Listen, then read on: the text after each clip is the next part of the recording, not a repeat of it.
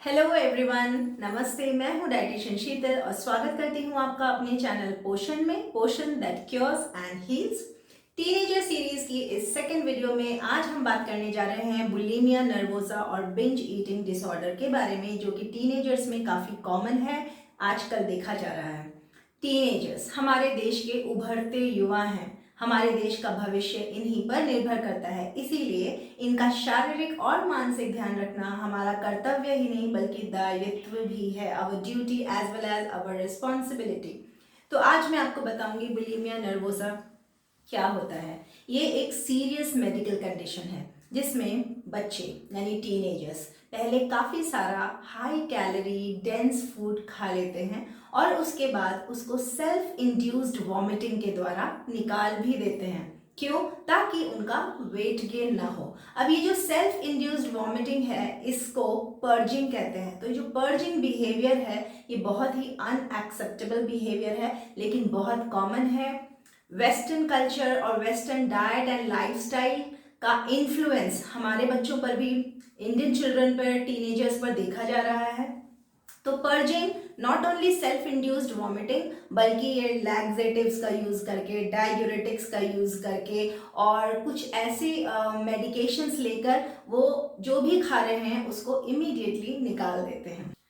एक सर्वे के according almost 1700 to 1800 teenagers का ग्रुप ऑफ टीनेजर्स, उनका सर्वे कंडक्ट हुआ और उसमें उनकी ईटिंग हैबिट्स को देखा गया, ऑब्जर्व किया गया, जिसमें उनकी बिंज ईटिंग के बारे में, पर्जिंग के बारे में, उसकी फ्रीक्वेंसी के बारे में, वेट कंट्रोल के बारे में, इन चीज़ों को पढ़ा गया और ऑब्जर्व किया गया। तो उसमें ये कंक्लूजन निकला कि 13% of that group of children they have that purging behaviour, और उसमें मोस्टली फीमेल्स ही थी। तो ये पर्जिंग बिहेवियर आया कहाँ से?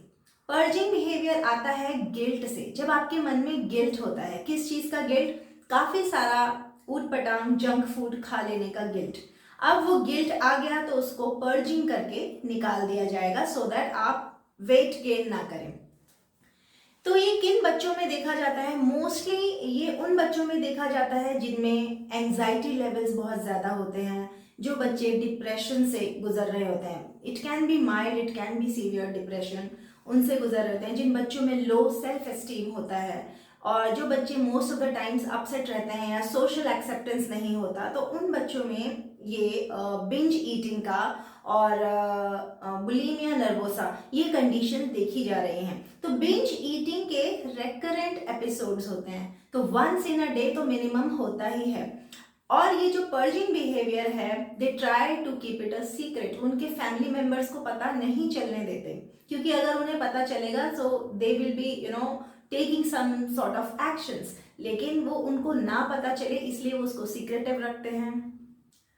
और जब वो काफ़ी कुछ उल्टा सीधा खा लेते हैं तो उसके बाद उनके मन में एक गिल्ट आ जाता है कि हमने, they know that what they have eaten is not good for health, it's not nutritious and it's unnecessarily that they have eaten. वो गिल्ट आ जाता है और उसी गिल्ट की वजह से ये जो पर्जिंग का बिहेवियर है ये डेवलप हो जाता है, and that is what is leading to other health complications. और इसी बुलिमिया नर्वोसा और बिंज ईटिंग की वजह से ये जो कैरेक्टरिस्टिक्स हैं, आपको later in life health complications हो जाती हैं, जैसे ओबेसिटी का खतरा रहता है, देन डायबिटीज डेवलप हो जाता है, बच्चे हाइपरटेंसिव होने लगे हैं आजकल।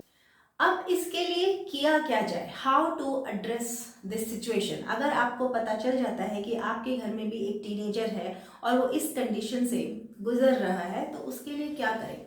सबसे पहले तो अगर बच्चों को काउंसिल किया जाए, उनको एजुकेट किया जाए न्यूट्रिशन के इफ़ेक्ट्स के बारे में, how it is going to positively elevate your health. तो अगर ये बताया जाए तो उससे काफ़ी हद तक फ़र्क पड़ेगा। लेकिन इनिशियल स्टेज में बच्चा आपसे आर्ग्यू कर सकता है, वो हर चीज़ आपकी ना मानने के लिए तैयार रहेगा। अपने टीनेजर को बताएं कि अंडरवेट होने का, माल नरिश्ड होने का क्या नुकसान हो सकता है लाइफ में आगे चलकर, और अभी भी नुकसान हो ही रहा है शरीर में। It's just that it is not visible, although science and symptoms बहुत बॉडी शो कर रही है। आपका वेट रेंज तो जिनको बुलिमिया नर्वोसा होता है वो बच्चे नॉर्मल वेट रेंज की कैटेगरी में आते हैं, बट उनको दूसरे और सिम्टम्स होते हैं। इरिटेबिलिटी बहुत होती है, they remain frustrated most of the times, और अपसेट बहुत जल्दी हो जाते हैं, और लाइक उनका जो बिहेवियर होता है सोशली बहुत ही इम्बैलेंस्ड होता है। तो ये कुछ साइंस एंड सिम्टम्स हैं बच्चे जो बिंज ईटिंग की बहुत आदत है। तो यूजुअली क्या होता है, जब वो बिंज ईट करते हैं, जब वो अपसेट हैं या डिप्रेस्ड हैं, तो उनको लगता है कि कुछ भी जो भी अवेलेबल है बस फटाफट जाके high calorie foods, mostly carbohydrates, वो जाकर बिंज ईट करते हैं, और इमीडिएटली उनको एक सूदिंग इफेक्ट महसूस होता है। वो इसलिए होता है क्योंकि immediately brain pleasure hormones release करता है, डोपामिन और सेरोटोनिन। वो प्लेजर हार्मोन्स रिलीज होते ही आपको थोड़ा अच्छा फील होने लग जाता है। तो most of the times it is psychological also. तो ये जो बिंज पर्ज सिंड्रोम है ये आसानी से नहीं जाएगा। इसके लिए फैमिली को, फ्रेंड्स को काफी मेहनत करनी पड़ेगी, क्योंकि बच्चे पीयर प्रेशर में भी आ जाते हैं। Binge purge syndrome. अब आपको क्या करना है, न्यूट्रिशनल काउंसलिंग या हेल्थ एजुकेशन ऐसी होनी चाहिए जो धीरे धीरे अपना इफेक्ट करे। आप इमीडिएटली उनको बिंज ईट करने से मत रोकिए। Educate them about the good nutrition and its impact on health. आप वो बताइए कि एक अच्छा न्यूट्रिशन और एक बैलेंस्ड डाइट खाने के क्या फ़ायदे होते हैं। Let them binge eat in between, बीच में वो करते रहें, धीरे धीरे उसकी फ्रीक्वेंसी कम करें, और उनकी मील्स ऐसे डिज़ाइन करें या उनका खाना इस तरीके से बनाएं या प्लान करें जिसमें right amount of carbohydrate and the right quality of carbohydrates हों, फ्रूट्स भी हों, वेजिटेबल्स भी हों, सारे food groups, calcium rich foods भी होने चाहिए बोन्स के लिए, हरी साग सब्जियां भी होनी चाहिए, फ्रूट्स ज़्यादा होने चाहिए। तो इनको आप एक प्रॉपर प्लान करके मील को अपने बच्चे को एक रेगुलर इंटरवल पे दीजिए। उसके साथ अगर वो बीच में बिंज ईट कर रहा है दैट्स ओके।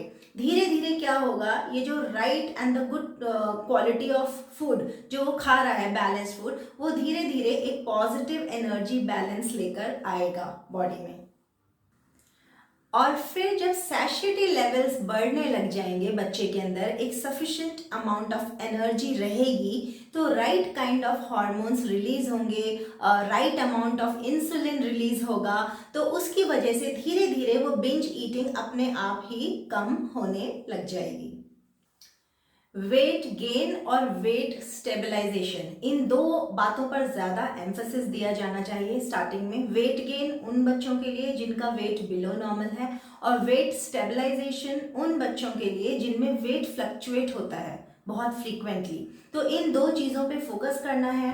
उनकी डाइट कार्बोहाइड्रेट रिच होनी चाहिए, फ्रूट्स एंड वेजिटेबल्स ज़्यादा होने चाहिए, प्रोटीन मॉडरेट अमाउंट में होना चाहिए, but include enough fats. Fat rich diet होनी चाहिए, क्योंकि अगर diet carbohydrate and fat rich होगी तो वो लंबे समय तक एनर्जी प्रोड्यूस करती रहेगी बॉडी में, and the body will not feel hunger, मतलब फॉर अ लॉन्गर टाइम सैशिटी रहेगी। और जब सैशिटी रहेगी तो they won't feel like binge eating, तो ऑटोमेटिकली बॉडी के सारे सिस्टम्स पॉजिटिव उसमें चलने लग जाएंगे, और धीरे धीरे बच्चे की वो बिंज ईटिंग की जो आदत बन गई है वो धीरे धीरे कम होने लग जाएगी।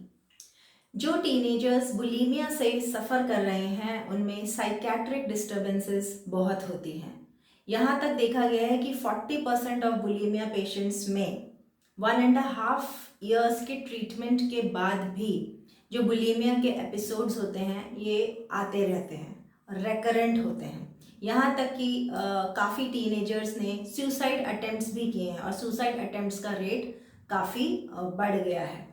तो बुलीमिया नर्वोसा या किसी भी ईटिंग डिसऑर्डर का जो ट्रीटमेंट होता है it's a long term affair, वो जल्दी नहीं ख़त्म होता, उसके साथ कंसिस्टेंटली लगे रहना पड़ता है। इसलिए घबराएं नहीं और कोशिश करना ना छोड़ें। So let's not lose hope. Together we can correct these eating disorders and help our children live a healthier and a happier life. आज इस वीडियो को यहाँ तक सुनने के लिए, मेरा साथ बनाए रखने के लिए आप सबका बहुत बहुत धन्यवाद। दोबारा मिलूंगी टीनेजर सीरीज की एक नई वीडियो में। तब तक आप मेरे इस चैनल को सब्सक्राइब कीजिए अगर अभी तक नहीं किया है। लाइक, शेयर एंड कमेंट करना भी ना भूलें। सी यू देन।